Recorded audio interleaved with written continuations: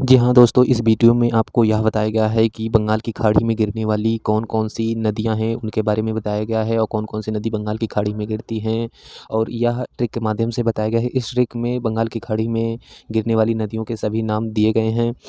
इसमें ट्रिक हमारा क्या है, कावेरी का पुत्र कृष्ण की गोद में बैग और गली में पेन छोड़ गंगा महास्नान करने बंगाल गया। ये हमारा ट्रिक है। अब यहाँ इस ट्रिक में जो बताया गया है, कावेरी कहने का मतलब क्या होता है, यहाँ पे जो दिया गया ये हमारा टोटल ट्रिक है।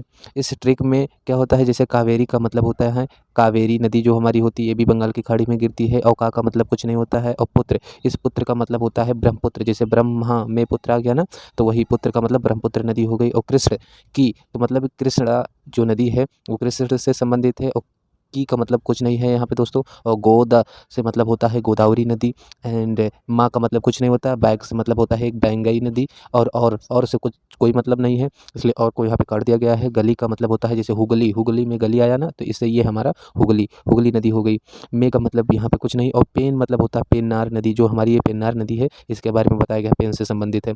छोड़कर, छोड़कर ये मतलब यहाँ पे जो आपको काट दिया गया है, इसका मतलब ये होता है कि सेंटेंस को बैठाने के लिए इन शब्दों को यहाँ पर जोड़ा गया है। यहाँ छोड़कर का मतलब कुछ नहीं होता है। और गंगा, यहाँ पे गंगा का मतलब गंगा से होता है, गंगा नदी से। महास्नान में महा का मतलब महानदी हो जाता है और स्नान का कोई अर्थ नहीं है यहाँ पे, इसलिए दोस्तों यहाँ पे काटा गया है। करने का कोई मतलब नहीं होता। बंगाल में मतलब बंगाल में गया तो यहाँ पे जो बंगाल की खाड़ी में गिरती हैं उससे संबंधित है कि ये नदियाँ जो आपको बताए गए हैं, आठ आठ नदी, जो 9 नदी बताई गई हैं, ये 9 नदियाँ बंगाल की खाड़ी में गिरती हैं। थैंक यू दोस्तों। अगर ये वीडियो आपको पसंद आए तो चैनल को सब्सक्राइब करें, वीडियो को लाइक करें। Thank you.